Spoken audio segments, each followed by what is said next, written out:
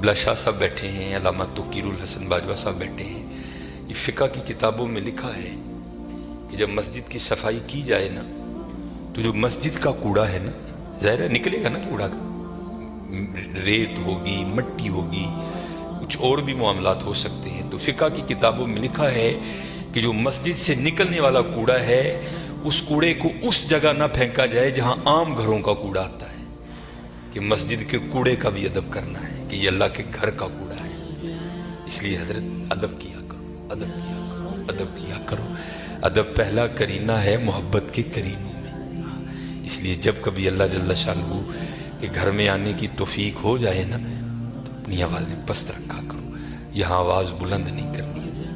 یہ بہت بڑے بادشاہ کا دربار ہے، تو وہ کیونکہ ملک ندیم تھا، یہ اللہ کا دربار ہے، اس نے تو یہاں ہی کہہ دینا تھا نا جو کہہ دینا تھا. کہا یہاں بھی جائے گا لیکن آپ کو خبر نہیں ہوگی آپ کو کس انداز میں کہہ دیا جائے گا. کیونکہ بزرگوں سے ہم نے سنا ہے کہ وہ کسی کو لاٹھی لے کر مارنے نہیں آتا، لیکن کیا کرتا ہے بندے کو مت پٹھی ڈال دیتا ہے پھر. اس لیے ہمیشہ حضرت اس کا ادب کرنا ہے، اس کا احترام کرنا ہے. میں نے جب پڑھا نا کہ حضرت سیدنا عمر بن خطاب امیر المومنین رضی اللہ تعالیٰ عنہ آپ مسجد کی صفائی خود کیا کرتے تھے، آپ مسجد کی صفائی خود کیا کرتے تھے. اس لیے حضرت اس گھر سے پیار کرو، اس گھر کی خدمت کرو، اس گھر کو سجاؤ، اس گھر کو سنوارو. جس کسی نے بھی اس گھر کی خدمت کی نا تو حضرت پھر وہ خالی نہیں رہا کبھی بھی. یہاں حضرت دنیا کے دو ٹگے کے جو چودھری ہیں ان کی کرو تو کچھ نہ کچھ مل ہی جاتا ہے حضرت. وہ یہ تو حضرت بادشاہوں کے بادشاہ کا گھر ہے حضرت، تو اس کی کرے گا تو اسے نہیں ملے گا حضرت، اسے اتنا ملے گا کہ نسلوں سے بھی ختم نہیں ہوگا. لیکن دکھ کی بات یہ ہے کہ حضرت آج چودھریوں کے درباروں کا بھی تقدس قائم ہے، آج چودھریوں کی مجلسوں کی بھی رونقیں قائم ہیں. لیکن دکھ کی بات حضرت ہم نے پتہ نہیں اس گھر کو کیا سمجھ لیا. نہیں حضرت وَأَنَّ الْمَسَاجِدَ لِلَّهِ، یہ اللہ کا گھر، یہ ایسا گھر ہے حضرت اگر آپ آ کر خالی بیٹھ ہی جائیں نا، کچھ بھی نہ کریں، صرف آ کر آپ بیٹھ بھی جائیں گے تو جتنی دیر بیٹھے رہیں گے آپ کے نامہ اعمال میں نیکیاں لکھی جائیں گی. یہ ایسا سونا گھر ہے. اور حکیم صاحب رحمۃ اللہ تعالیٰ نے تو اکثر فرمایا کرتے تھے کہ بھائی سانو تے جو ملے ایتھوں ہی ملے ہے، سانو تے جو ملے ایتھوں ملے ہے. ابو بکر صدیق کو جو ملا مسجد سے ملا، حضرت عمر کو جو ملا مسجد سے ملا، حضرت عثمان غنی کو جو ملا مسجد سے ملا، حضرت سیدنا علی المرتضیٰ کو جو ملا مسجد سے ملا، ہمارے بڑوں کو جو ملا حضرت مسجد سے ملا حضرت. اور آج جو ہمارے گھروں سے رحمتیں رونقیں بھاگ گئی ہیں نا، اس کی وجہ یہ ہے کہ حضرت ہم نے یہاں آنا چھوڑ دیا ہے، ہم نے یہاں آنا چھوڑ دیا ہے. اس لیے یہاں آؤ بھی اور اس کا ادب بھی کرو اور اس کا احترام بھی کرو. یہ بہت بڑی جگہ ہے. جیسے میں نے کہا نا حضرت ہم دنیا دار ہیں نا، ہم نے پیسے کو بہت کچھ سمجھ لیا. حالانکہ پیسہ کچھ بھی نہیں ہے حضرت، پیسہ سب کچھ اللہ کی ذات ہے حضرت. اگر وہ ہے تو پیسہ کام آئے گا، اگر وہ نہیں تو پیسہ کیا کرے گا یار، کچھ بھی نہیں کرے گا. یہ مولانا روم علیہ الرحمہ مثنوی شریف میں آپ لکھتے ہیں کہ کوئی بابا جی تھے اور مال ان کے پاس بڑا تھا، اللہ نے بڑا مال دیا. وقت نزاع آ گیا، ان کو پتا تھا جو میرے بیٹے ہیں وہ نکمے ہیں، مال میں نے کمایا ہے، یہ عیاشی کریں گے اجاڑیں گے، جواب اللہ کے حضور مجھے دینا پڑے گا. علماء سے صوفیاء سے ان کی سنگت تھی، صحبت تھی، مشورہ کیا. انہوں نے کرتے کیا ہیں، انہوں نے 2 وصیتیں لکھی. پہلی وصیت لکھ کے نا شاپر میں ڈال کر اوپر لکھتے ہیں اس وصیت کو تب پڑھا جائے جب سارے لوگ میرا جنازہ پڑھنے کے لیے اکٹھے ہو جائیں. ایک اور وصیت لکھی، اسے شاپر میں ڈالا، لفافے کو بند کیا اور اس کے اوپر لکھا اس وصیت کو تب پڑھا جائے جب میرا جنازہ پڑھ دیا جائے. اب چودھری تھا، میں تو اکثر احباب سے پوچھتا ہوں پتہ نہیں حضرت ہم نے تو کہیں نہیں پڑھا، شاید آپ نے پڑھا ہو تو ہمیں بھی بتائیے گا کہاں لکھا ہے کہ امیر کے جنازے میں زیادہ ثواب ہے، غریب کے نہیں ہوتا. غریب کے جنازے میں آتا ہی کوئی نہیں حضرت، پاس سے بھی گزرے گا اپنی دکان پر بیٹھے رہیں گے، غریب کے جنازے پہ کوئی بھی نہیں جائے گا حضرت. اور اگر جنازہ ہو کسی امیر آدمی کا، ہمیں اطلاع کسی بھی راہ صلاح سے مل جائے ہم ضرور پہنچیں گے حضرت. اور یہ میں نے اب دیکھا ہے حضرت، پہلے جنازے پہ کون ملا کرتا تھا کسی سے، اب جناب جنازے پہ بھی لوگ ایسے ملتے ہیں جیسے شادیوں پر ملا جایا جاتا تھا.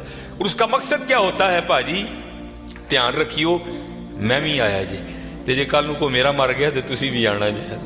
عجیب رنگ لگ گیا یار.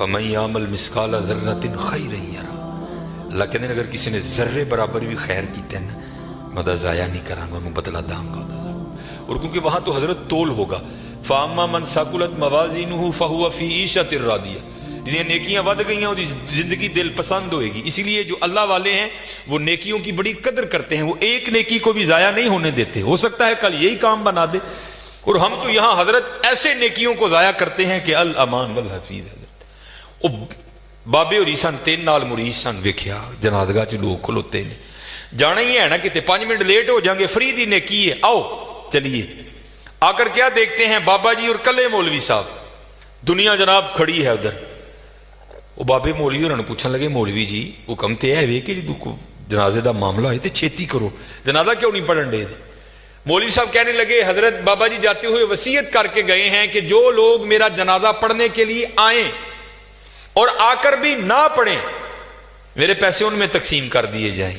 یہ سارے وہ بدبخت کھڑے ہیں کہ جن کو نیکیوں کی ضرورت نہیں ہے، یہ کہتے ہیں ہم نے پیسے لینے ہیں۔ اب آپ بتائیں آپ کا کیا معاملہ؟ پھوکو پیسے ہیں، جو میرے مقدر میں ہے، بابا جی کہہ رہے ہیں جو میرے مقدر میں ہے کون روک سکتا ہے؟